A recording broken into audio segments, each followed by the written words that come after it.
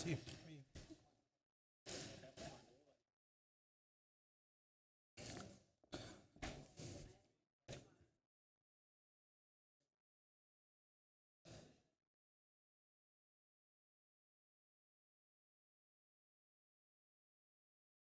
So, should we start with video?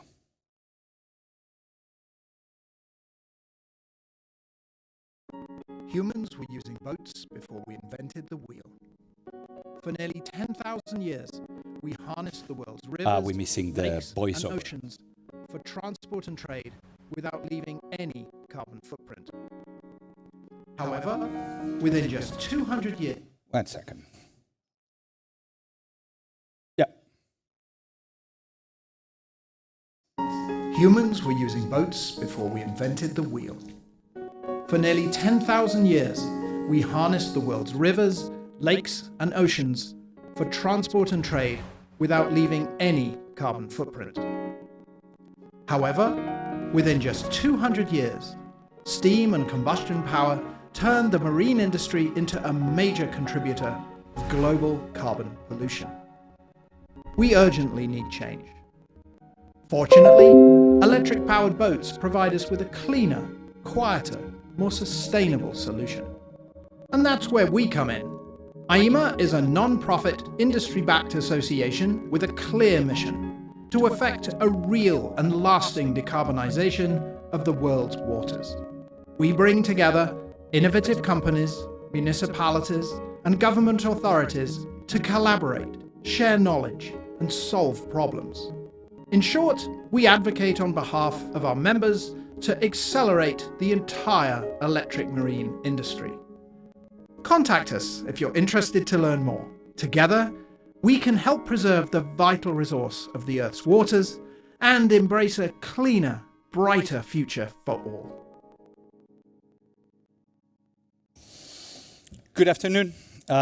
Welcome to the inaugural IEMA Annual General Meeting. I'm very happy to be here today because it's been not even 8 months ago that we made, the announcement, the first press release, and it was downstairs at the same building. And 8 months later, we are here today with all the progress that right now we're going to review. So there is a personal satisfaction to see, that all this effort is right now bringing us all together here today. Before we review the agenda, I would like to thank the Yacht Club of Monaco, led by Bernard Alessandri, for hosting us in such iconic landmark. And as part of this global event, Energy Boat Challenge, which, you see how amazing it is, how much energy is by the water, and which we are proud to contribute. Once again, thanks to the Yacht Club of Monaco. To start, we will review the highlights of the first few months of IEMA in the global scene. The progress, the challenges, and what are the short and long-term objectives as we learn how to shape the future of the industry. After this presentation, we will have 2 panel discussions on the subjects of talent and academia and the importance of data. For those who don't know about IEMA, we are a global alliance of companies and institutions from across the entire electric and alternative energy systems for the maritime industry, specifically focused on accelerating this sector's remarkable growth and addressing collectively all future challenges in the industry for safety and efficiency purposes.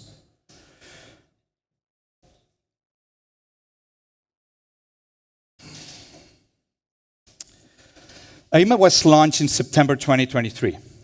We started with 15 founding members. Some of you are here today. Today we have over 70 members, which is way more what I could expect. Our main objectives is to bring together innovation and technology players across the entire industry. We also collaborate closely with other knowledge partners, other nonprofits and associations, including CHAR-IN with its international program, Blue Sky Maritime in DC, Oceans North in Canada, and all the National Electric Boats Association. Some of you are here today. Our members currently represent the entire chain of value, from shipyards, battery makers, software, and AI, to electric chargers, ports, marinas, and certification agencies.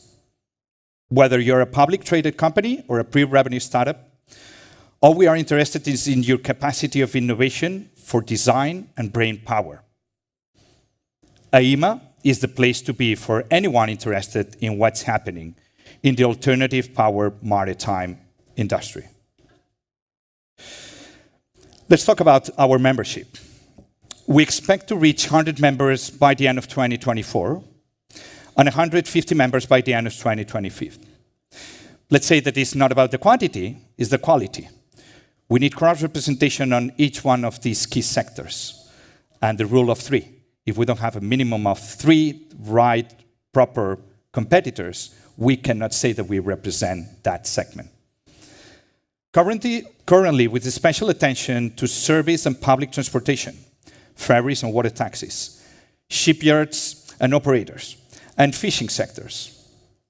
Starting in 2025, we're looking to expand our membership in the areas of cruising, in collaboration with CLIA, which is the Cruising Association, International Association, and cargo sectors in collaboration with BIMCO. In order to gain the respect of the regulatory bodies, we must achieve majority cross-representation in every sector.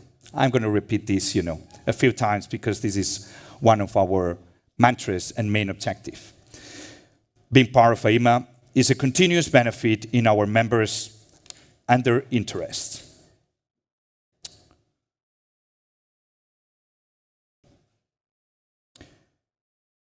We are young and humble, but we are ambitious. We are doers. And as you noticed, we are extremely passionate. IEMA currently employs 2 full-time and 4 part-time staff. We have representatives in the US with Jeffrey Paul, Carlos Freire in the EU, UK, Jamie, who was here yesterday, in China with Chang, represented here today, and Australia with Chris, who is here today with us. All of our representatives are working pro bono, and I want to thank them for their great enthusiasm and support. If you want to collaborate and become an ambassador of IEMA, please talk to us, we need you. Increasing cooperation with academia and other non-profit organizations is crucial. We need the support and guidance of national partners who are familiar with the regional networks and cultural nuances. We're international. We cannot get too thin, we cannot get too granular. We don't have the network. That's why it's so important to have that grid of connections and those partners on the ground. We established some of these partnerships already, but we continue to do it in those key markets.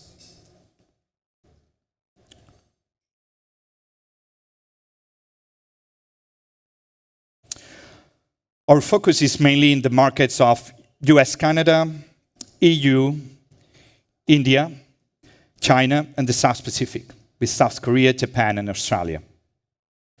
The EU leads its innovation representation. China is leading the source of sustainable energy growth and investment in microgrids and the battery market. US, Canada, federal green funds, such as Inflation Reduction Act and their Clean Ports program, are backing up unprecedented amount of infrastructure renovations with the result of MCS shore power, which paves the way to CCS. We anticipate continuous flat growth in the recreational electric boating, mostly due to still economic uncertainty, COVID normalization, and high entry cost. Commercial boating is the fastest growing electric boat tier worldwide. The commercial sector, including public transportation, especially interurban water taxis, service boats, fishing boats, and tourist resort boat operators, is expanding rapidly in all major economies. particularly in seasonal regions such as the Caribbean and Southeast Asia. Surprisingly, large ports worldwide, LA, Detroit, Barcelona, Rotterdam, are investing heavily in infrastructure to adapt to IMO, International Marine Organization, demands. They are leading the conversations on green corridors, understanding that modernization and sustainable efficiency are crucial to remain competitive in the international trade market. Dear members, this is our bedrock. This is where billions are being invested to accommodate shore power services, build substations, develop microgrids, and electrify operations. This investment ultimately extends to the smaller tiers of the maritime ladder.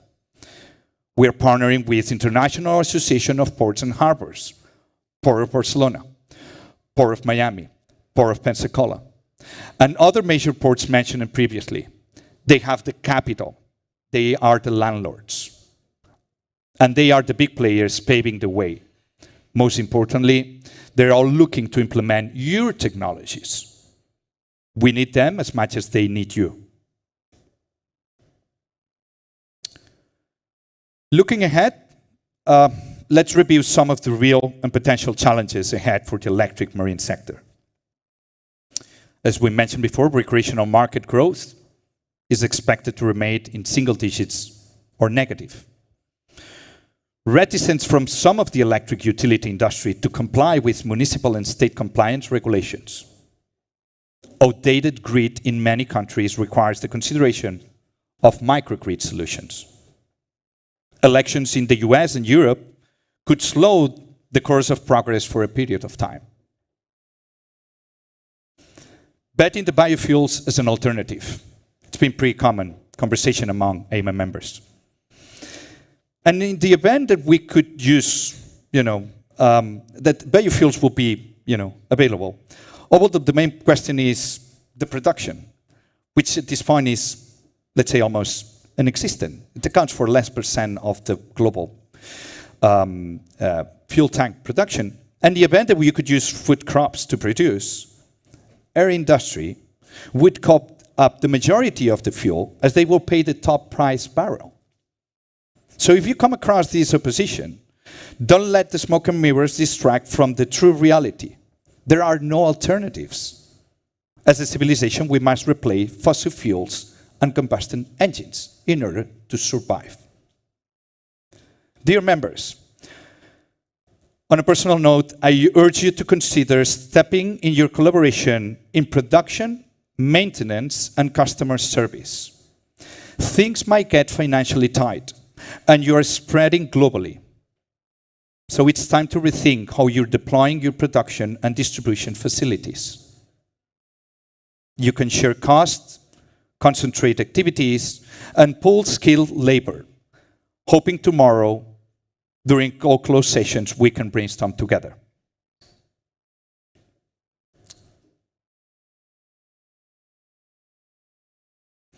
Interconnectivity and real-time information are key in the new digital era. That's why we are excited to announce Zulip as our new feature available by the second week of September, currently being tested internally. Every member will have their login and be invited to the channel according to their tier membership.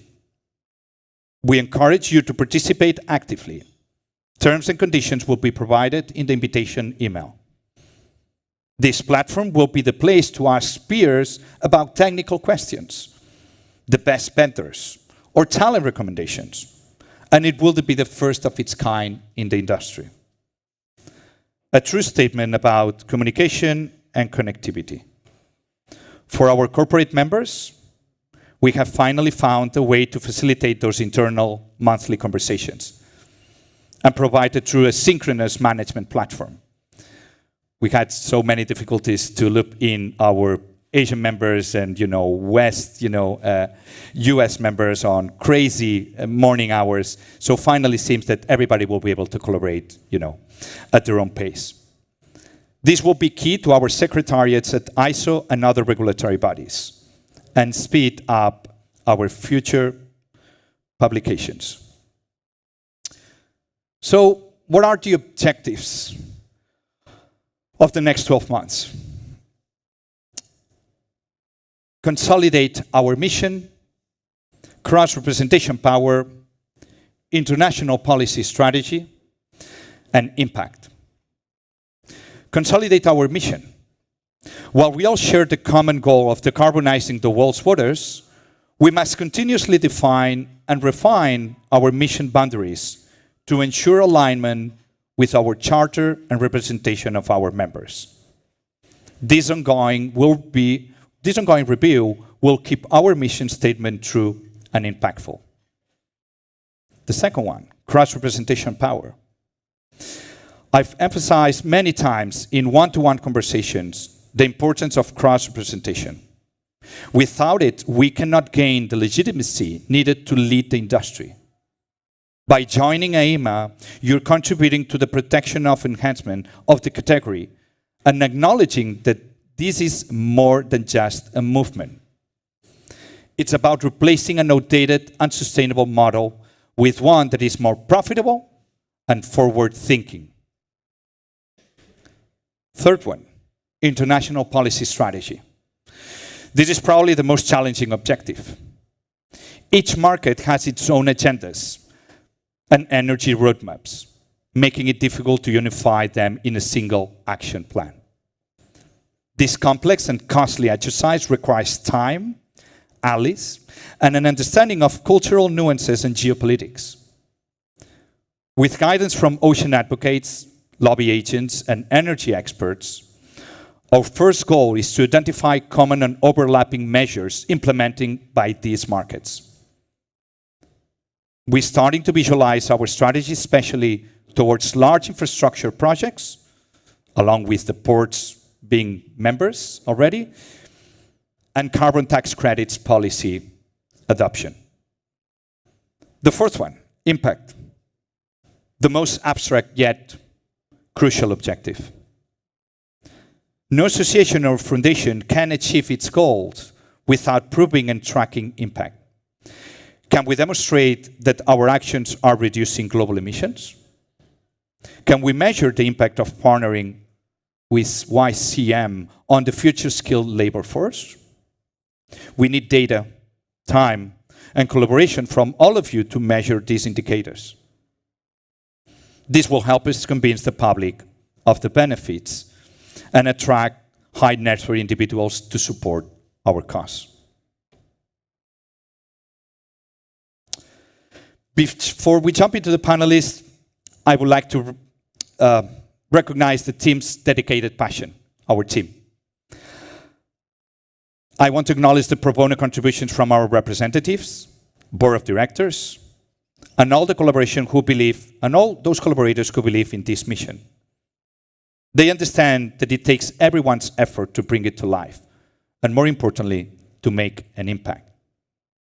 Lastly, if you are IEMA, you represent IEMA wherever you go. We encourage you to share our mission and invite others to share the same goals, to join and participate in this debate. Without you, this would not be possible. Thank you for being here today. Let's now move to the second part of the event and welcome our panelists on stage.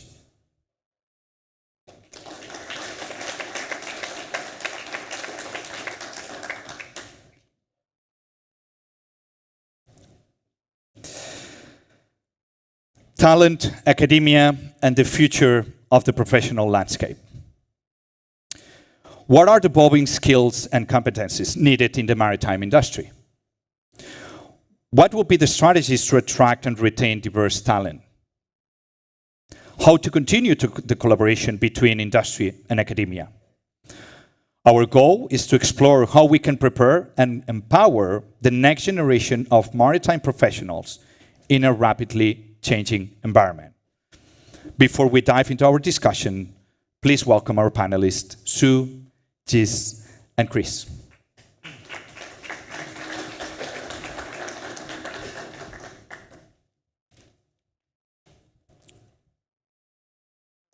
What about order? you have your mic. You can turn it on. Who wants to be the first one to... Sue, since you're here next to me. Thank you. Thank you. We start with presenting ourselves? Yes. That's it? Super. I'm Sue Pitala. I'm co-founder and CEO of Mobifly. Mobifly is hydrofoil boats for transportation and dedicated to the fast ferry market. We took the best of the racing world and coupled it with the requirement of transportation to bring hydrofoil zero-emission boats for transportation, to have what you showed first in the video, a clean transportation that respects our environment. Everyone look at the sky and see, oh, it's polluting, but actually the waterborne transportation is as big as the airline industry. It's more than 2.1 billion passengers per year. And it's easier to decarbonize the maritime transportation than the airline industry today. That is a fact.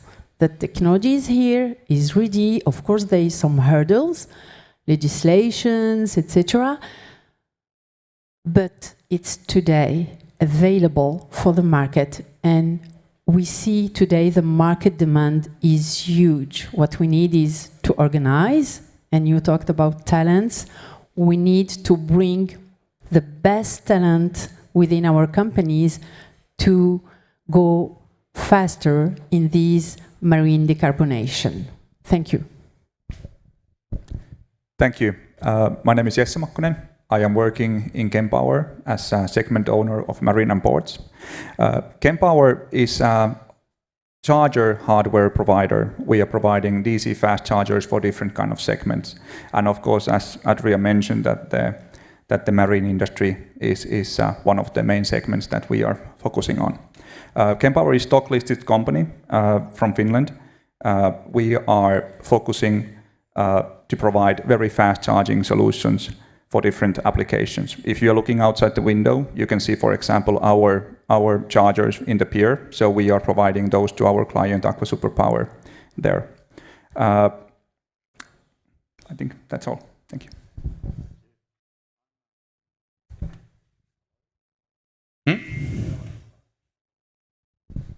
Thank you. Hi, I'm Chris Cudlip. I'm the CEO of Seavolt. We're an Australian-based and now French-based charger company. We're rolling out marine charging networks. Our point of difference, I guess, is our real focus is making sure that we supply 100% renewable electricity to all of those chargers, because the key point of all of this electrification of the marine industry is to remove greenhouse gases, and if the electricity is generated by fossil fuels, then there's really no point.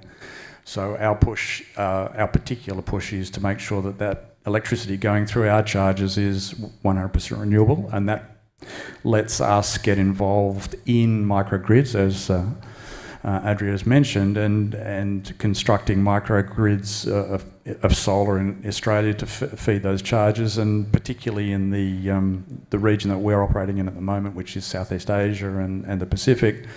The vast majority of the grid-delivered electricity is generated by fossil fuels. So there needs to be a clear delineation between the electricity going into the vessels and the cars, obviously, and we're focusing on that. So it's obviously products like Kempower is how we deliver it, but we're also concentrating on what's going into the chargers and into the boats. Fantastic. Since you have the micro, let's start with you, Chris. What are the key skills and competencies that future professionals will need to succeed? I mean, it's a very diverse industry. It's a new industry. It's, you know, I think of what's happening right now is the Industrial Revolution 2.0. I mean, everything is changing on land and on sea, and that means that pretty much across every touch point of talent, there's a new skill set required. So the thing that is going to drive change most quickly from a talent point of view is the passion that we're seeing downstairs with everybody with the Energy Boat Challenge, and that enthusiasm to provide and work in a whole new form of propulsion. So the first thing that we're looking to is people across every sector of the employment chain is that passion to make a difference, because everybody coming into this industry is coming into startup land. You know, we're all at the very beginning of our corporate journeys, which means that passion replaces cash a lot of the times. When you first start, it's not going to be the place where you go to start a young career looking for a huge salary. It's going to be where the passion is going to drive you into a very fast-growing industry. So we're really, you know, whenever we talk to people, it's their enthusiasm that's the most important thing. You know, everybody can train as an electrician or as a boat builder or as a software guy. I mean, you know, that's just kind of a standard skill set. And the great thing about the electrification of the marine industry, of course, is we're using existing tech in a lot of situations. Whereas, you know, not everything is new development. A lot of it's off the shelf, which is fantastic. So people can be trained quickly and engage in that. But you know, from our point of view, we just want that extra kicker on top of that, which is, you know, a bunch of young people going, we can make a difference, we want to be part of that. And that's exciting, particularly sitting here as an old white guy, you know, wanting to apologise for the mess that we've made and hoping that we can help make a change.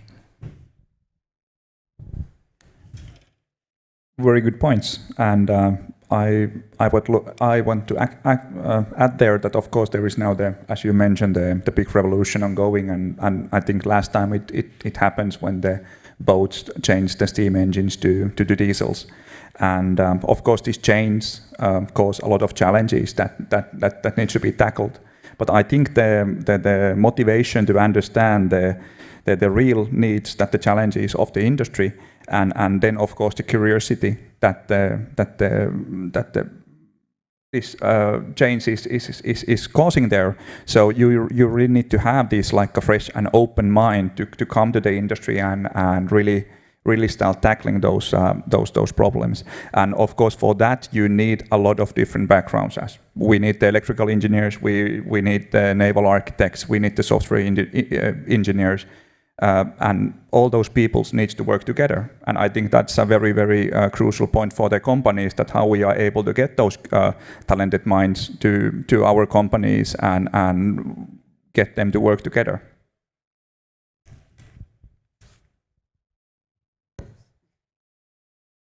I agree for passion. It's the first and the basis of everything. If you are passionate by the transition, by the boating industry. Well, actually we are on the hydrofoil world, so we mix airplane with boating, so we're a bit special. We fly over the water, so that's another experience than traditional boating. It's better.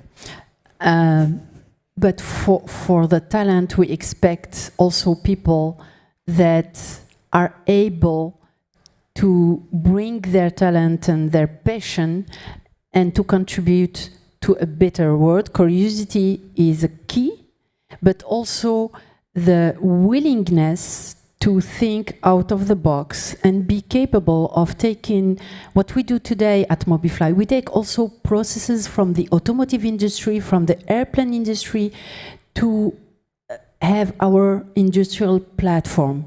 And we mix. Why stay in one thing that have been always the same? Innovation is not only on technology, it's also in the process. And that means also a lot of flexibility in mindset. And I think what would make also our company successful is to attract diversity in the talents. And for me, it's a real challenge to have diversity in the company. And sometimes you have to go really to school to be sure to have some talents come into the company and bring diversity, because it's also key. We don't think the same. And the last thing is also when we attract talent, we try to have people that have patience and that have something in their lives that bring them passion that can be also make a balance with their professional life, and we give them space for this passion. We have a lot of our engineers that are in sailing, and sometimes it's not easy to give them time for this, but it's very important because this new generation is smarter than our generation, and they want to have a balance. And as corporations, we should give them this freedom to balance their passion and their professional life, because they are smarter than us, and it's their future. That reminds me, not long ago, IEMA, we were in Barcelona with some of you, and it caught my attention when we visited the American Magic Hub, that there were some former F1 professionals there, very high-end, mathematicians and physicists, and to me, it's relevant that they were able to attract this kind of talent. Now, this is maybe top one, but still, traditionally, maybe the industry has been perceived as somehow old and boring. Should the companies understand that that requires a better compensation packages, better, more clear, career paths, accommodating some of these expectations on reconciliation with their other, personal lives? What do you think that companies can do to adapt and attract this talent? It's exactly that. It's leave them the freedom to live also their passion, because they don't want to be 100% unprofessional. They also want a balance. Today, you all know that there is very soon the competition of the America's Cup, and some of our people are involved in the America's Cup. So we have, these resources are missing in-house, but it's this passion they live there that can then allow us also to be more efficient within the company. So it's not just about giving them option plan or whatever. Okay, it can be, but it's not, in my sense, what I've seen from the new generations, it's not the most important. What they want is to have a balance and live their passion and have a professional life that allow them to balance. I totally follow your thoughts, and I think the key there is to feed the passion. So if they want to develop something by themselves, which is also feeding the industry, so of course the company needs to be flexible to support also these passions that the employees are having also in their personal lives. And sometimes this is also bringing some benefits for the companies. So, for example, in our companies, we have, even we are building chargers, we have guys who are developing their own electric cars, electric motorcycles, etc. So, and this know-how also brings the automotive knowledge to our company. When we have guys like these, that they don't only understand the charger, they can only understand what is there on wheels or on water. So I think, of course, I think this is also especially these old-fashioned company ways that you need to be 110% dedicated only for your company. But I personally disagree a bit, because I think this freedom is keeping these engineers happy, and of course the happy engineer then is more creating more value also for the companies. Yeah, I mean, I agree with all of that. It's really important that we attract the best talent. And obviously, in a very competitive market for highly educated, highly talented people, you've got to have a competitive package. It's got to be a competitive financial package. It's got to be a competitive lifestyle package. It's got to give them really much more say in how they run their work-life balance. The old paradigm shift of it's a 40-hour week and we expect you to work 80, that's over. As a small company, we have taken the position at Seavolt that we can offer and will offer competitive remuneration to key staff, because very selfishly, that makes us a much more attractive investment opportunity for the ESG investment money that's floating around. If we have the best talent, they're properly paid, we not only get a better product and deliver a better product and service, it actually helps us as a corporation by being a better product to the investment community, which is what ultimately is going to drive all of the electric boat and electric charger companies for the next 5 years. It's not going to be cash flow from customers, it's actually going to be investment. It's going to be raising capital to keep you going.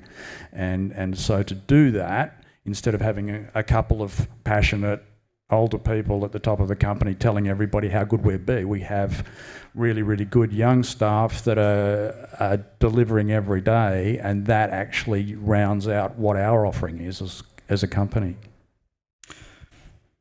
Chris, the relationship between academia and the private sector, right? There is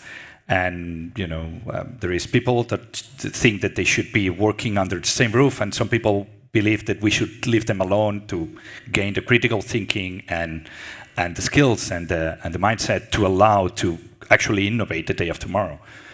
But definitely there should be, a relationship between, because there is a lack of expected lack of qualified labor already and projected over the next 10 years. How would you think from the private sector that we could fill up this gap and talk with the academic world?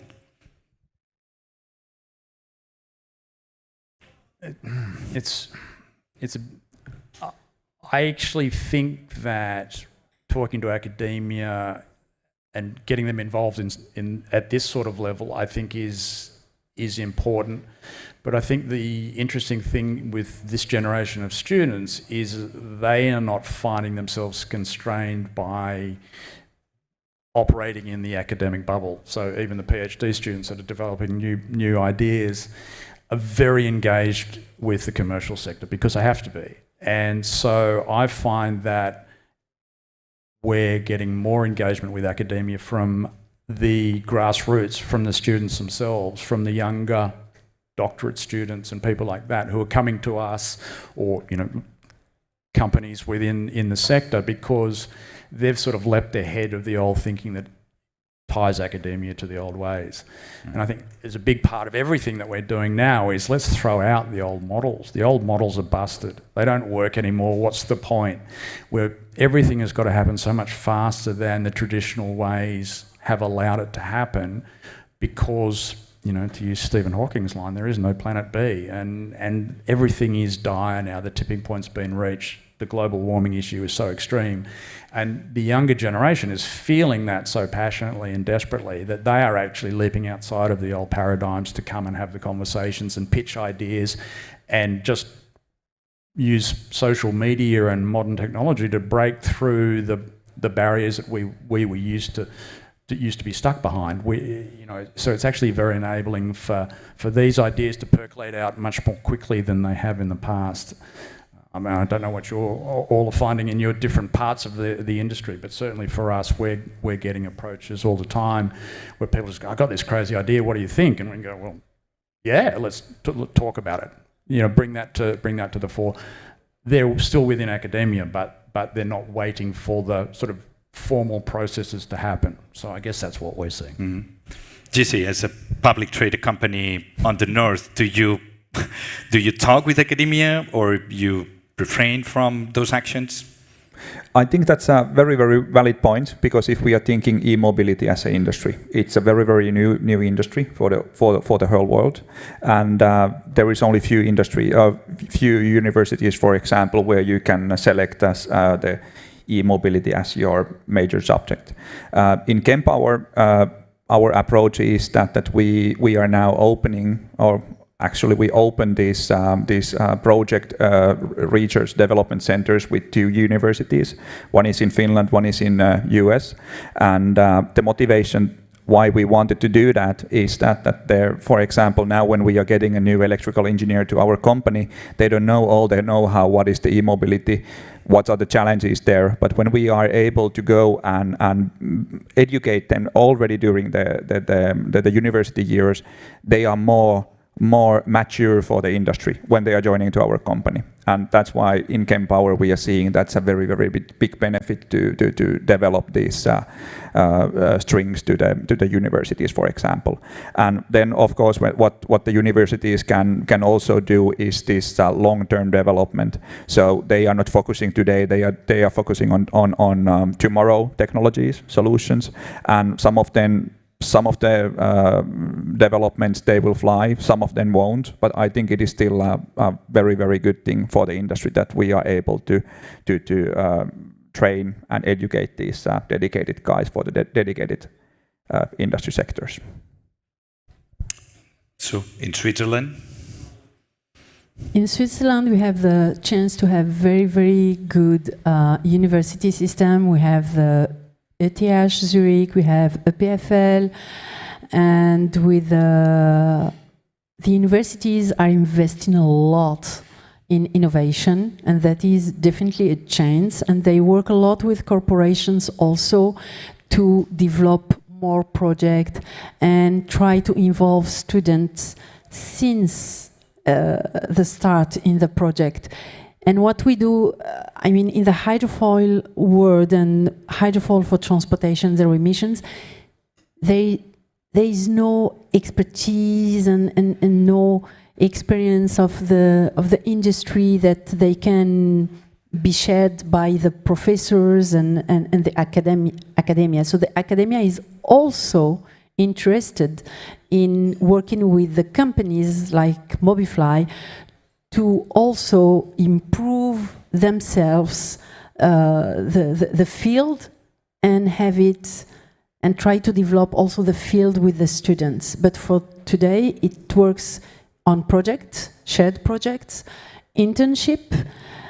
It's the way that we do, and we try to collaborate as much as possible. We don't have yet the means to have like you, but that would be a great way indeed to share, because it's not about, if I take just one example, the flight control.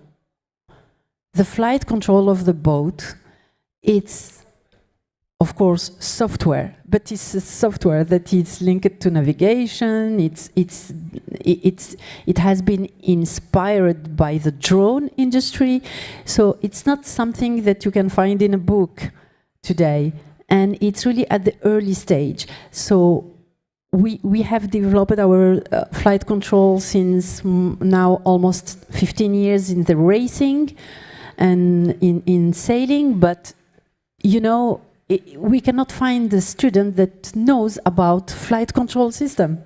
So we have to, you know, take the passionate people and try to coach them and try to, you know,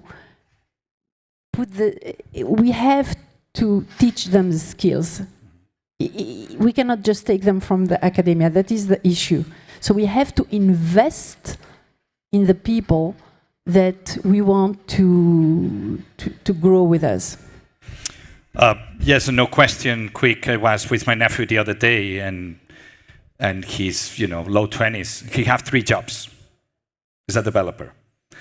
Do you employ any fractional? Do you have any fractional employee, and you're comfortable with that type of relationship? Yes or no? You mean someone that has 3 different jobs? Other jobs, yeah. We have one of our engineers. Well, it's not a job, but he's a sailor. So he's part-time at Mobifly and part-time a sailor because it's his passion. Okay, so yes. Yes, definitely. Of course, everything comes to the value. So if that person is a superstar who knows, for example, the software, of course the company is always happy to work with a person like that. Mm-hmm. Yes, and yes. Yeah, absolutely. If they bring something good and we get a benefit from it and it works for everybody, then why not? Back to that thing of, you know, the 40-hour week is a dead concept. Yeah. I would say the only limit would be, of course, competition. So if you cannot work for competition, because then might be a problem. Well, I think that we could break, those rules. What about if there is a group of the most talented, engineers in foil that can advise to every company in the industry, everybody plays with the same kind of resources. Then the difference is the brand, right? Is how do you present the brand? How do you? And here, I don't know. This is challenging the status quo, but. Then you have to change the mindset of the investors first. Agreed. Next question. What are the areas of expertise that are currently underserved? What are the skill sets we're lacking? Flight control. I have been working with two companies, ABB Marine and nowadays Kempower, and it seems that in every company there are two different kind of people missing: very good electrical engineers and very good software engineers. Definitely software engineers that can generate consumer-friendly end products. It is a very, very hard area for us to get right. Battery engineers, this is going to be a huge area of evolution in our industry, and I think the world generally is screaming out for innovative battery engineers, and the different tech that's coming in that space. I think that's probably the two most pressing areas for our business. We're also looking at a lot of solar engineers as well, and incorporating solar into marine environment, floating solar, new platforms for floating solar. So solar engineers, software engineers, and battery engineers in the marine space. So a lot of batteries and things are good on land, but absolutely rubbish in the water, as you all know, and that's an area that's evolving very quickly, and where a lot of investment is going, and a lot more brain power needs to go. As last question to Dream and following this thread, what would be a profession that yet doesn't exist today, but you think that will become necessity or very common skill in the future, 10 years, 15 years from now? Let's dream big. Wow. Okay. Can I have that on notice? I think there'll be a lot of professions in 10 years' time that are different from what we're doing now, simply because propulsion is changing all around the world, on land and on sea. So I don't know what they're going to be called, but you kind of stumped me there a little bit. But I think. No, I don't know. I don't actually have an answer. All right. Maybe the public will help us a little bit. Yeah, very difficult question. But of course, if we are, for example, using a software engineer as an example, so and thinking the value what, for example, the software engineer can provide for the maritime industry. So of course, the most valuable guy there is that who is also able to understand the industry needs. So who knows the maritime industry? For example, if you are planning to go to the cruise vessel, so you need to understand that what is the overall cruise vessel concept, what the crew really wants, and using that information, you are then able to use these like industry specific software developments and etc. But I think my dream would have like a guy who is very good to using power electronics and building the software around that, and I think those guys are really rare at this stage. But hopefully in the future the fresh minds who are now working downstairs are able to do that in the future. There is two for me. The first one is definitely to have a link between the old world and the new world, and especially for the pilots, because today the boats are digital, and it's very hard, for the traditional pilots to, have these, You know, like it's like when you go from a thermic car to a Tesla. First time you say, oh, I'm driving my iPad or what? And it's the same with the digital boat. You have to change the way you pilot. So we don't have people, you know, that can do this link between the old and new digital boats. And the other one is what you said. It's exactly that. It's what we have built Mobifly around is take the software, link it to the flight control, to the hardware, to the foils, to have them, you know, mobile, and all this technology between mechanical and software and electric. It's mixing three words, and there is no academia that teaches this relationship between the three. They teach electronic, they teach mechanical, they teach electric, but the relationship between the three of them, I mean, we didn't found, and if you find, tell me. Yeah, I've thought of one. I actually think in 10 years' time, there will be a new job which will be drone captain. I think there'll be a lot of autonomous marine vessels, and how they communicate. This is out of your idea of drones and how they're orchestrated in the sky now, how autonomous vehicles are coming on land. I think there'll be a lot of short haul vessel driving that is done by robotic systems, and there will be somebody somewhere who's got a very big brain running the software that makes all of that happen. So there will be incredible networks of little vessels running around all over the place that don't have humans driving them. Humans are really expensive, they're unreliable, they have accidents, and pretty quickly I think technology is going to be able to deliver a better solution to that, but somebody's got to run those systems, and that will be an incredibly responsible and highly paid job. So that's my prediction. Like for the sky. Anybody have any questions for them about the future? They can predict the future, so now is the time. Please, give me. Hi, Matko Barisic from ABB Marine Ports. I have two questions. I'll try to make them both short, easy to answer. One is, do you really think what you described previously to the previous question is a software engineer, or more properly an automation or mobile control engineer? And then the second, I will just shoot off both, and then you give the word over to the panel and the rest of the people. And the second is, don't you think it's a little bit of a tall order, this, I know you're coming from mostly SME, so they're always in search of like 10X and Ninja developers. But that's a tall wish list that I was listening to right now. I mean, people who are extremely good at power electronics engineering, and then software, and then batteries, and then foil hydrodynamics. Is that a little bit something you should prime the expectations of your VC guys on what they can find in the labor market? So thanks.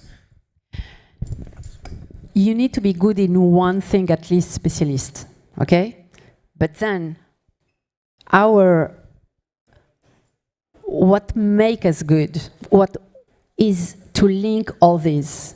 So that's what we developed in terms of know-how, is how to put these people together and make the mechanical engineer work with the software engineer of the flight control and the electrical guy, because everything is connected in a hydrofoil. So if you cannot connect the three specialists and you cannot make them understand the overall picture, you don't have a stable flight. That's for sure. So, and today that does not exist in the academia. So when people comes, they are electrical or mechanical or electronic. And then we have to put these coordination methodology, because they don't bring it from the academia for sure. But we don't have we didn't find someone with everything, unless maybe one of our co-founders, but it's Yeah, you know.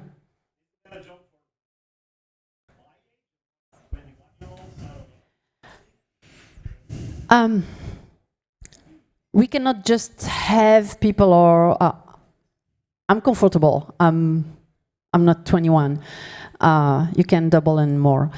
I'm 55, so you have the expertise, the experience, but working with the young people that come with a fresh eye, it's not enough, but they bring also, you know, their own methodology, the way they work with AI, with other methodologies, and, you know, it's putting all these together.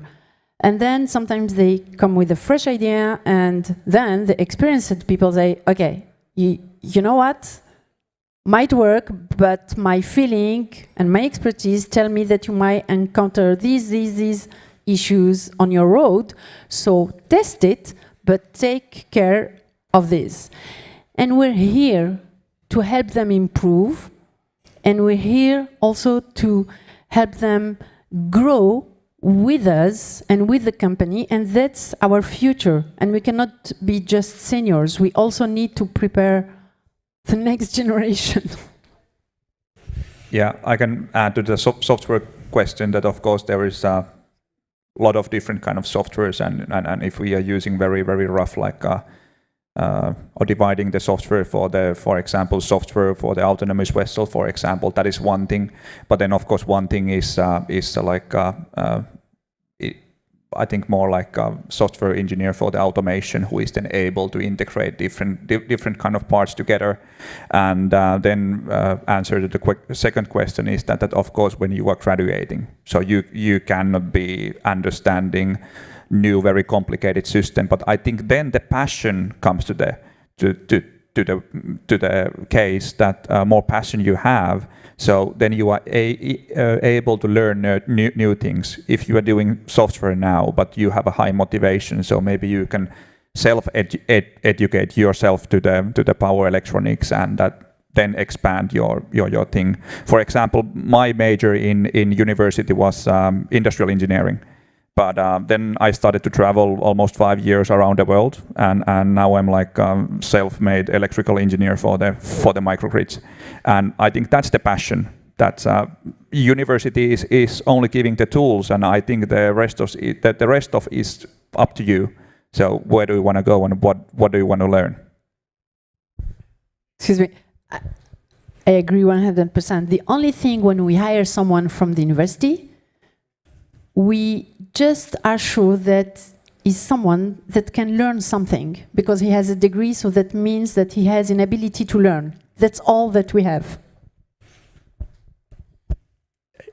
It's been remiss of us not to mention everybody in the value chain and all the different skill sets that are involved in the marines. We've kind of focused on engineers and software engineers and things like that. And I think you mentioned, you know, the VC market and what they are attracted to. They're the least skilled of anybody we're talking about, and they only want to see something shiny and new and young and bright and brilliant and wonderful and unproven. That's what the VC market's all about. So we embrace that with, you know, open arms, because frankly they're not interested in boat drivers and electricians and people that do all the other critically important jobs in our industry. There's, you know, the truck driver that brings the massive battery to site. You know, they want the whiz kid from here that has got some crazy concept, because that's where they think there's a return on their capital. So we have to play the marketing game as well as the real game. We have time for just one last quick question, and the answer should be brief as well. There was a second, please. You have a... Okay. Good morning. I'm Andreas Apostolopoulos from Greece. About the question that Andrea made about the future jobs, or let's say studies,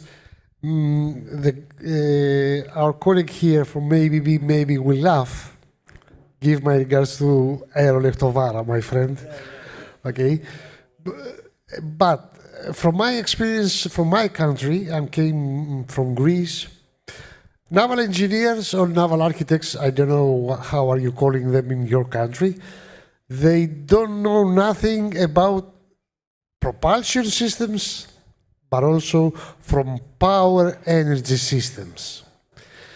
They know how to construct or design the boats and the ships, but they don't know how to choose the correct engines or the correct power. So if we can predict a little bit from the future, we are going to need two professionals. The one is going to be the power engineers, who are going to be expertise in the power systems that they are going to give to each customer. And the second one is going to be the propulsion visual engineers, because as I told you, our naval architects, they don't have the experience to choose the correct, at least and specifically in the electrification of boats, they don't know how to choose anything. So we need a guy that he can, at least in a first step, in a visual step, to choose the correct motor and then to apply these ideas and studies into the field, as we say, into the boat. So if we have to name these studies or these professionals, has to be the Navy visual propulsion engineer and the power engineers, who are going to be the expertise people that they are going to choose the correct energy for the correct boat, because not everything goes to everything in every boat. So the question. You said, Mrs.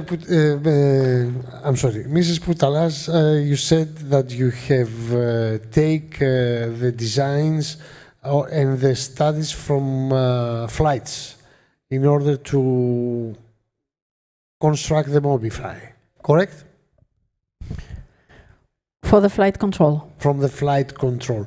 So you are saying that it's the second time in the history of boats that we are going to use a study, an area from the aerospace into the boats. So maybe the aerospace engineers is something that you are going to need, because the first time that we have used the aerospace engineer was when we designed the new designs of sails.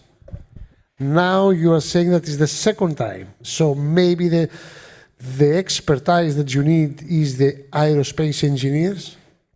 We mix aerospace engineers in our industrial platform, automotive industry. We have less problems on the powertrain, because there is a lot of people knowing about the electric powertrain. In Geneva, electric boats are running since 20 years, day and night. So it's not so new. It's maybe more new for the hydrofoils, but for electric boat, the electric boat exists in public transportation. And we are running since 20 years. So we have the expertise. The powertrains, ABB has also expertise in the powertrains. I don't think there is a real issue in the powertrains within the maritime industry. There is more on the electrification for the hydrofoils, because we have to connect with the flight control and the foils. Then we have another challenge, but for the powertrain itself, it's not a real issue today. Please give a big applause to our panelists.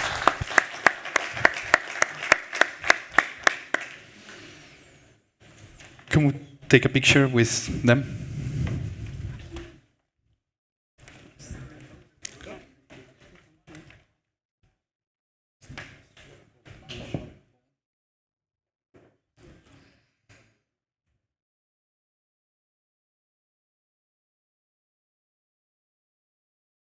Thank you.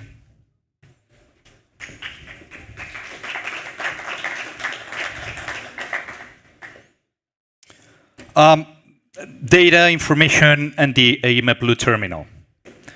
Little announcement. IEMA's goal is to start publishing sales and other market indicators by the end of 2024, and to build the first maritime data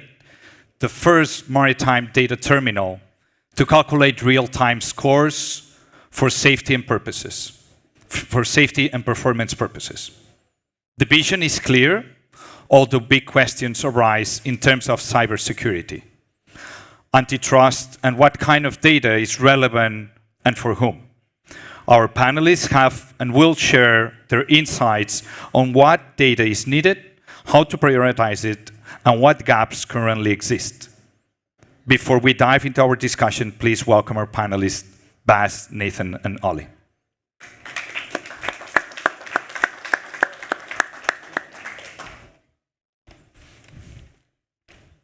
Hello.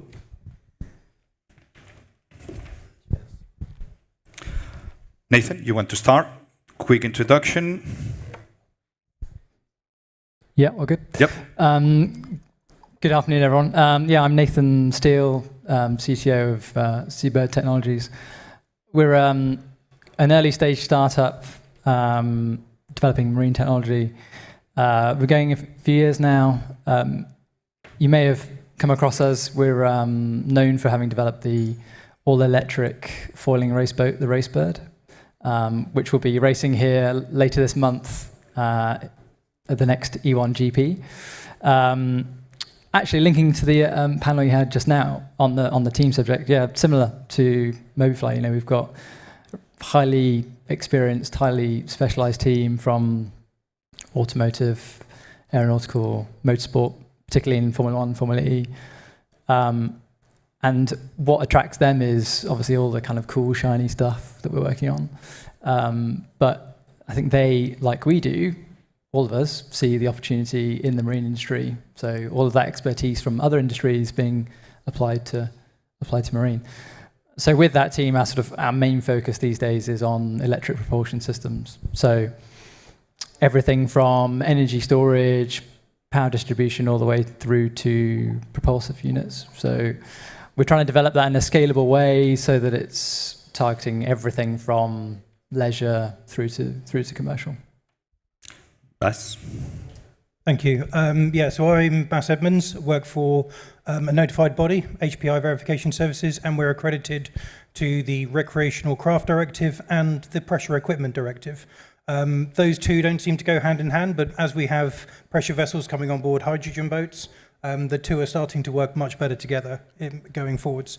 Our experiences are we're a certifying agency, so we're not producing products. We're looking at them from a compliance perspective, assessing them against standards, and then enabling you as producers of products to put them onto the market and into service. The challenges that we're seeing is around, we've always had electrical components on boats, but it's the software element and the capturing of the data that's within that software that ensures compliance that is becoming a challenge for us as certifying agencies. How do we ensure that that software that we test goes onto the boats? We're seeing remote uploading of new updates to software going on board, and who's responsible for that going forward? So there's an awful lot of challenges we see in terms of data, the management, manufacturer's responsibility, ensuring ongoing compliance, and our responsibility and liability in terms of making sure that the certification remains valid. Thank you. Thank you. Hi everyone, Ollie Taylor. I'm Associate Director at Anthesis Group, who are one of the largest pure play sustainability consultancies globally. And within that, I run one very specific project, which is called Marine Shift 360, which is a life cycle assessment tool. So I deal with large volumes of data on a daily basis, and we use that data to, one, understand the baseline impact of the vessel being studied, but two, also then use that data to simulate all the variables in a production system to try and work out the lowest impact solution for a certain problem. So I approach this data conundrum very much from an environmental angle and using it to find the lowest impact solutions available. Thank you. Since you have the micro, what are the biggest challenges in terms of accessing relevant data to advance the electric marine industry? Availability and quality is generally the problem. People have not historically collected the data we now need to simulate future situations. So we're really at kind of ground zero in terms of the availability. Within life cycle assessment, what you're looking at, the types of data you're looking at is predominantly the bill of materials, so all of the raw materials that go into a product, but also the duty cycle. How is that vessel actually used in the real world? Historically, we've thrown lots of power at fairly inefficient hulls to perform a certain task because we've lived in a world with energy abundance. It's very cheap, it's very accessible thanks to fossil fuels. The new world we are now entering / living in is an energy scarce world in a certain respect, that we need to create energy from renewable sources. That is not in abundance right now today. So the systems that we then install on board boats need to be highly efficient.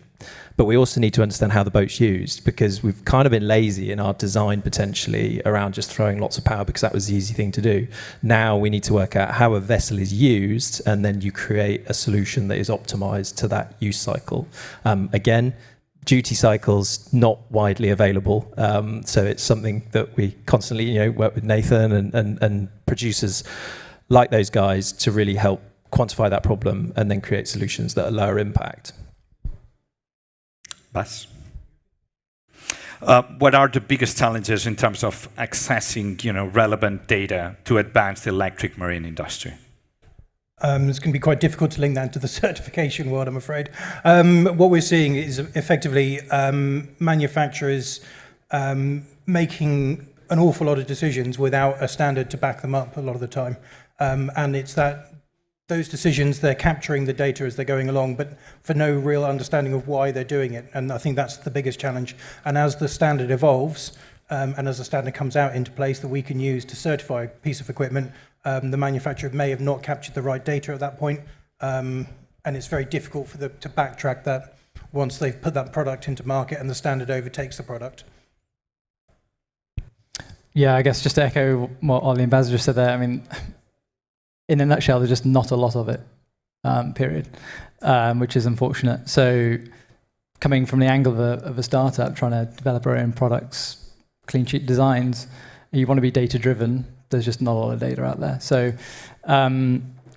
you become creative and you get around that problem, but it's not like aerospace and automotive where it's either well-regulated or well-known, agreed. It's not as fragmented as the marine industry, but regardless, marine as a whole is way behind where it should be in relation to the other industries. So talk about life cycle analysis. When we've looked at life cycle assessments and we've spoken with suppliers, if they know about what an LCA is, first you have to educate them on that. And if they do, it's rare that they have any meaningful data that they can actually input into it.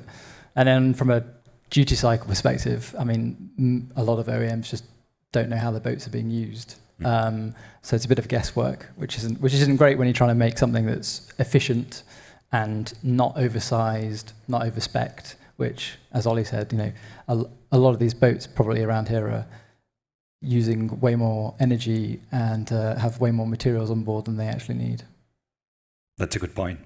Out of this data and existent, what would be, if you had a wish, a wish, what would be the top 3, okay, 1 to 3 indicators that you will be like, and not just from your company, from competitors? Which one would you think that should be common and everybody should chip in? I don't know which type of data. What I do know, though, is if I could wave a magic wand, it would be to interconnect all of the systems that don't currently talk to each other. Because if you can then have free data exchange, you can really start leveraging it at scale. The issue we have, to speak freely with our platform, for instance, is lots of people look at it and go, LCA is brilliant, but there's so much data I have to enter into your tool. Is there any way I can just plug my ERP system in and the back ends talk to each other? The reality is that's quite complex to do. It's not simple. It's possible, but having that solution of free data from the very beginning of a product's life, in terms of the raw material extraction, the design phase, the production, the use, the end of life, that's a solution I'd like to see if someone could wave a magic wand. I think part of IEMA is all of the collaboration, and I think that is only going to help going forward. What we see is manufacturers trying to create a niche element of their market, trying to do something different. And when it comes to the standardization of that, it becomes very difficult because everything's spread out all over the place, and trying to bring that back into one standard becomes incredibly difficult. So the collaboration, so the space you've got and you're creating for people to share data and share ideas, I think is really important to create standard products, not necessarily the same product. They will all have their unique features, but to be able to create something that you can create a standard against, I think is the collaboration, the data element of sharing on that perspective. Mm-hmm. Yeah, I guess if we're getting our ones out, then and thinking to the future, you can see that everything will become we'll have numerous sensors on board, right? We'll have sensors everywhere, collecting all this data, uploading to the cloud. If there was a way for that to be all sort of aggregated by like a body like IEMA that could then strip all of the sort of confidential data out of it, whether that's boat usage to help drive duty cycle, as well as life cycle analysis, and help with creating proper and more meaningful regulations, that would be massive, because then anyone can come along, any startup, or even a company wants to shift away from gasoline-powered things to electric things. They can see, okay, right, these are the standards that I need to shoot for, and but I think we're quite far off that. Mm-hmm. So hopefully the Blue Terminal will help with that. Hopefully. For private companies and for those of you that work with multiple clients, do you think that companies have a sense of the cost to mine, storage, crush, and scrutinize that data? Does anybody have any real idea of the cost on the bottom line? I don't know. I think some probably do. I wouldn't say it's widespread. We do, because we use lots of data, we store lots of data. I think the key is data in isolation is kind of meaningless. Where you gain value is the insight, the overlay that you can apply to the data. And I think that's where we need to get to as an industry, is really gaining insight from the mass data set that could be provided via something like the Blue Terminal, and really, I guess, collectively working together to work out what are the insights that we want to see, what adds value to our business, what do our investors want to see fundamentally as well, because there's a whole different angle there, where we're talking about performance data and environmental data, but having standard market insight into this new emerging industry is going to make it much easier to drive investment from VC, private equity, wherever it's coming from. Because at the minute, I'd say it's kind of bit of the Wild West. There's a huge lack of real world data there. Apologies, probably not answering the question very directly there. I think I'll do the same. It's a challenge, and I think echoing Ollie's thoughts, that I don't think anyone's really costed it out at all. They're, as I said, they're working with what they've got in front of them. They're trying to get their products to market. They're just trying to develop what they think is the best for the industry going forwards. And then they will look backwards and go, oh, maybe we should have captured that, but not understanding what the costs are going to be in the future. Yeah, I guess we were fortunate that we're a new company, so we didn't have all the legacy sort of software, hardware issues that other companies might be facing. So we went straight to cloud. Pretty much everything. Actually, storing data is pretty inexpensive. I mean, we collect a lot of data off the racebirds, obviously, through that telemetry system. But even that is relatively sort of insignificant as a cost. And then obviously do all that sort of computing as well on it. But like as Ollie said, it's make sure you're capturing the right thing to start with. So you need to have the right sensor in the right place. And set up correctly, and then over time you get to see the trends and the relationships, and you can start to really sort of, as you said, get some insights. But as a cost, it's not so bad. Mm-hmm. I was going to say, yeah, the cost of data is the analyst you employ to extract the insight at the minute. Perhaps AI is the interesting angle there, where I personally use that a lot to extract insight from large data sets. But yeah, I think that to clarify, storing it, yeah, not too expensive at the minute. Driving value from it, different question. On that data, we've been talking on separate basis the famous IEMA Blue Terminal, which is a dream that collectively or individually everybody have a vision and idea of how the shape, the purpose, the service that this will provide. I believe that it will be a reality someday, soon, hopefully. But one of the major issues that we have at addressing is the legal framework. Bas, from the legal perspective, from the compliance perspective, how feasible do you think it is for companies to share? You know, we're saying that it should be a must, and we know that over the years now the companies will start addressing these internally. As you have a marketing cost, you will have a data cost. You know, how, from the compliance point of view, think that this is feasible, or actually what are the difficulties that they will face in the industry to all share a common backend? I think the industry should be moving towards that, but it's not there at the moment.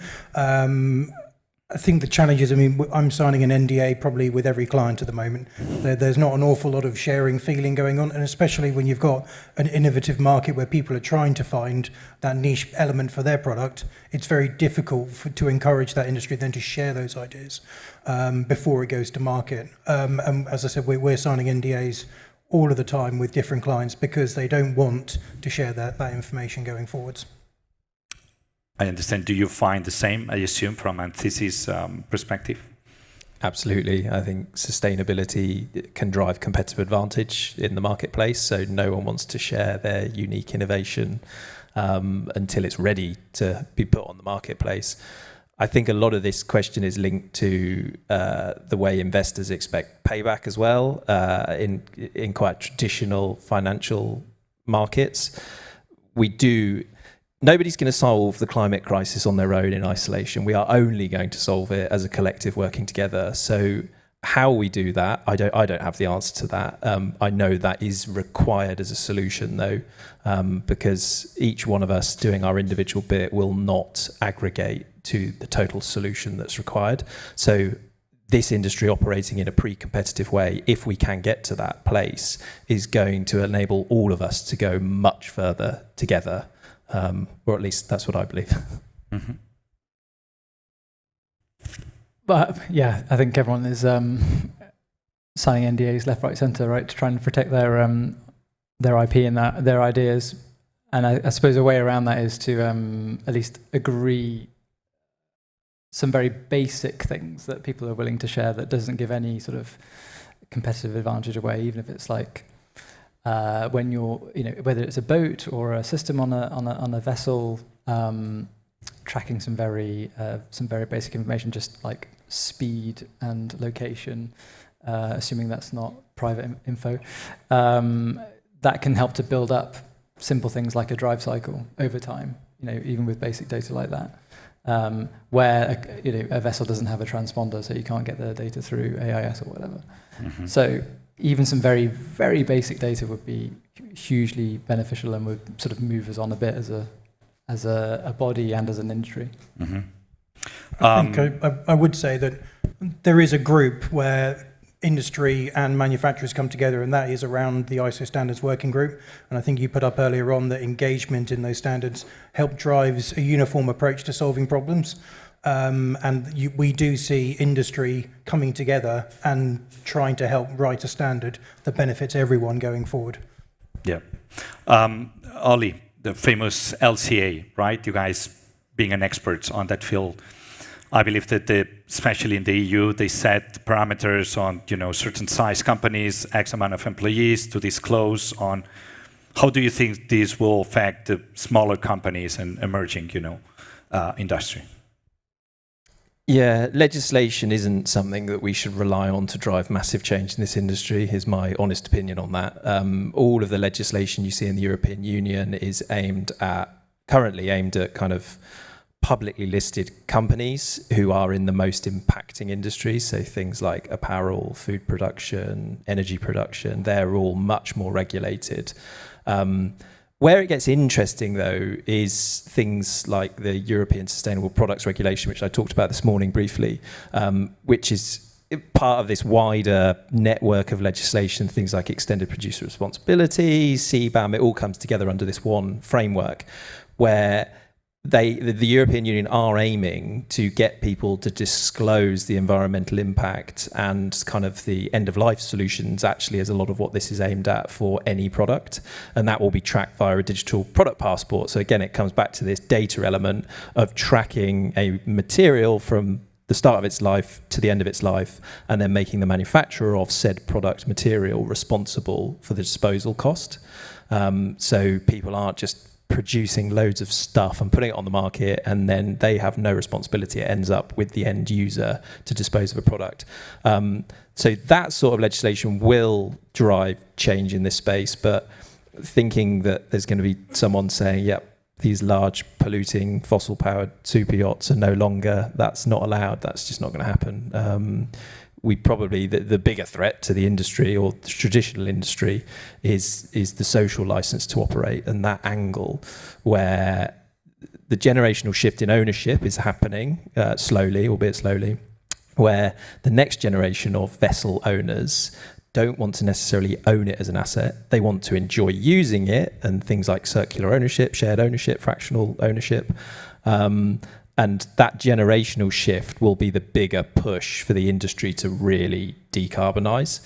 Relying on legislation to force this is unlikely, in my view. But yeah, the social licence to operate is a much more interesting angle, which, you know, all of you guys are very well prepared for, given, you know, you're producing electric vessels. Yeah, agreed.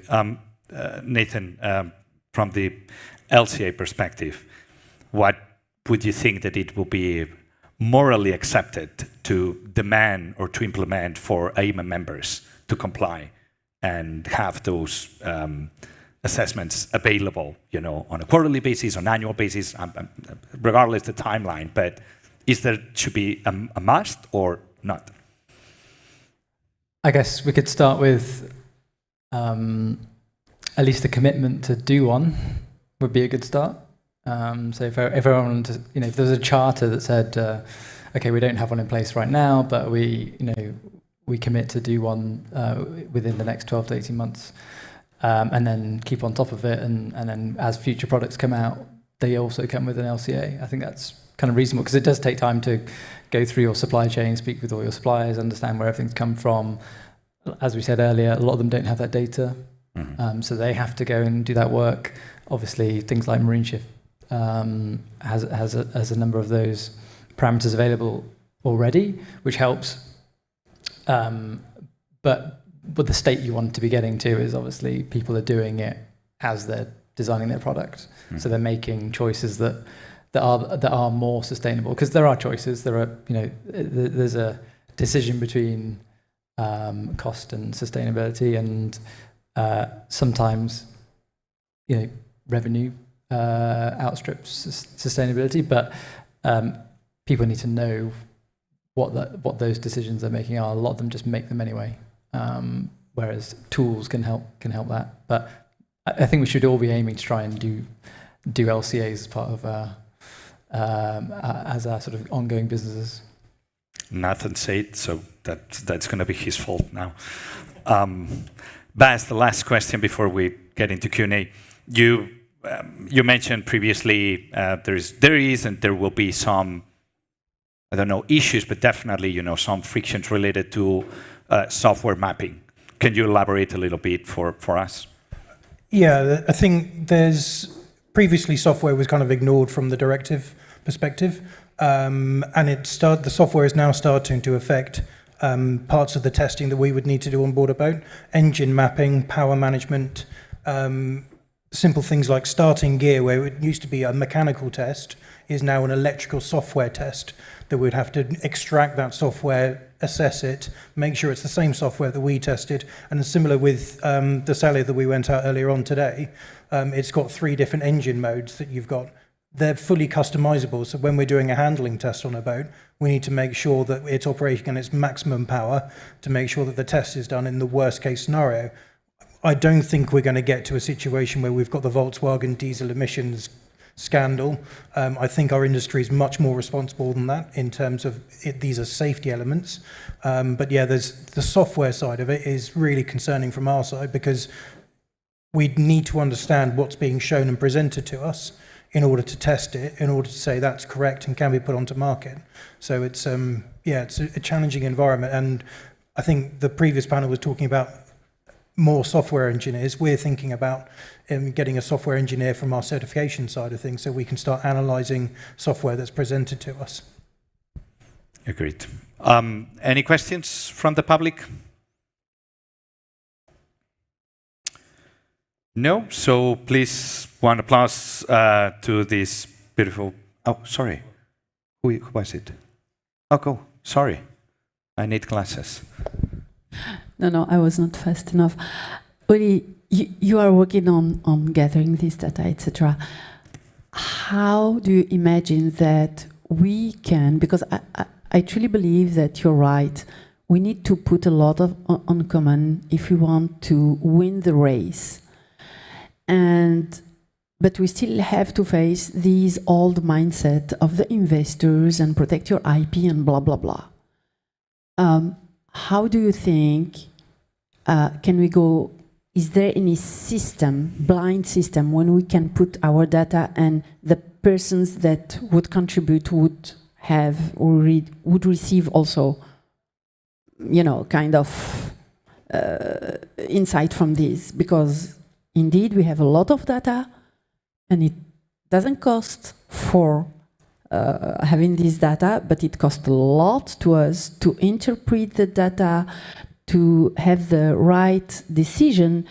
Okay, how we can improve this, considering this flight, considering these data, how we can improve the powertrain, the flight control, etc., etc., etc. So I think, and I hope, that IEMA can, and all the players can put together a system where we share in a blind way and anonymous, and then we can gather these insights. So do you have imagined something for that?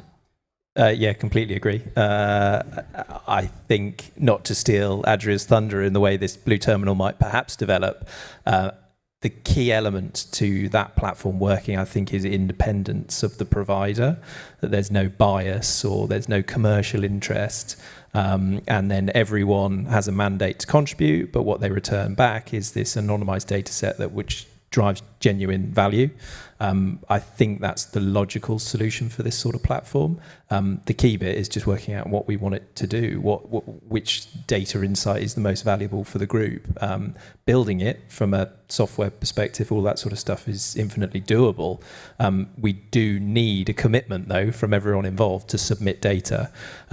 I was talking earlier to Adria that the leisure marine industry did a kind of similar thing, or has been running for a number of years. A chap called Phil Draper creates an industry insight report. The premise is, if you're a manufacturer, and this is like Ferretti, San Lorenzo, Sunseeker, those types of companies, you basically have to commit to, on a quarterly basis, putting in all of your production figures, and then for a very low cost back, you get to see the entire industry's production figures, to see the trends in market segments, all that sort of stuff. So I think there's a similar sort of angle here, possibly with more anonymized data within it, because that's actually quite transparent.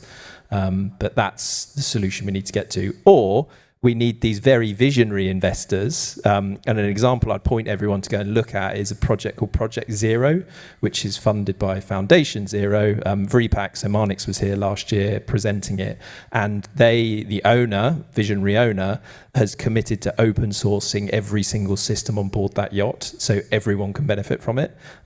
What we need is more people like that, really, and then we will collectively move the dial, because as I said, doing it in isolation, we won't solve these problems.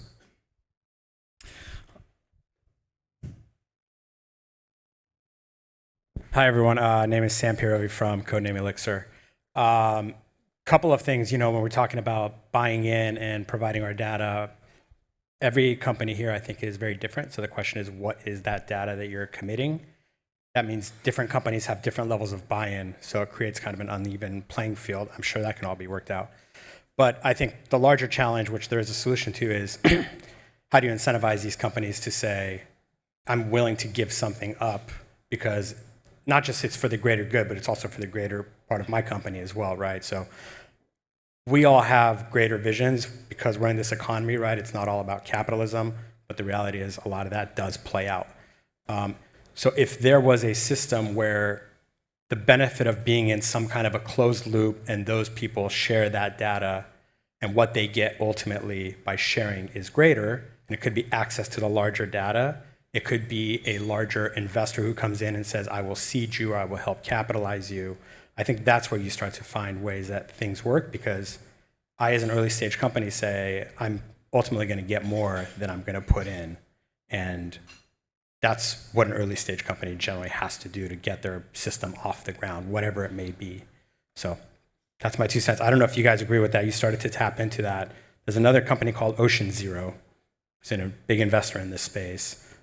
They're investing in multiple companies. He's creating something of a closed loop, just like that. If something bigger could be created that you guys could tap into, I think it would work. I mean, we're going through all these questions. This is the exact train of thought that we go over and over. And we've done so far 3 or 4 meetings internally across the corporate members, different focus. And right now, I can find a little consensus that if there is any sweet spot where we all find that, regardless of the size or region, seems to be the charging infrastructure. That's what seems to be that everybody's sharing, regardless if you are in freshwater, oceanfront, you are a cargo or a little recreational boat. You need to charge it. So understanding the AC/DC flow of energy on that last mile would be, at least at first sight, seems to be kind of reasonable. That if we start there mapping out, then it will be easier to add the other layers. But hey, maybe in 6 months we come back into the table and we realize that, that's the purpose of having IEMA, is to have this open conversation and allow all the members to contribute and find consensus across. Yeah? Any other questions? We good? Thank you very much. You all look beautiful here. I have to say, very proud, everyone, for making the effort to come here. It's amazing the difference between today and last September. And I want you to remember today, because in a year from now, it's going to be amazing. And then 5 years from now, you're going to be like, oh, you remember when we were, like 30 people? Remember that. It's always like that. So today is very special. I'll see you tomorrow for our members' meeting, and let's talk around and let's go into the water and see all this energy that is by the water, which is truly amazing. Thank you.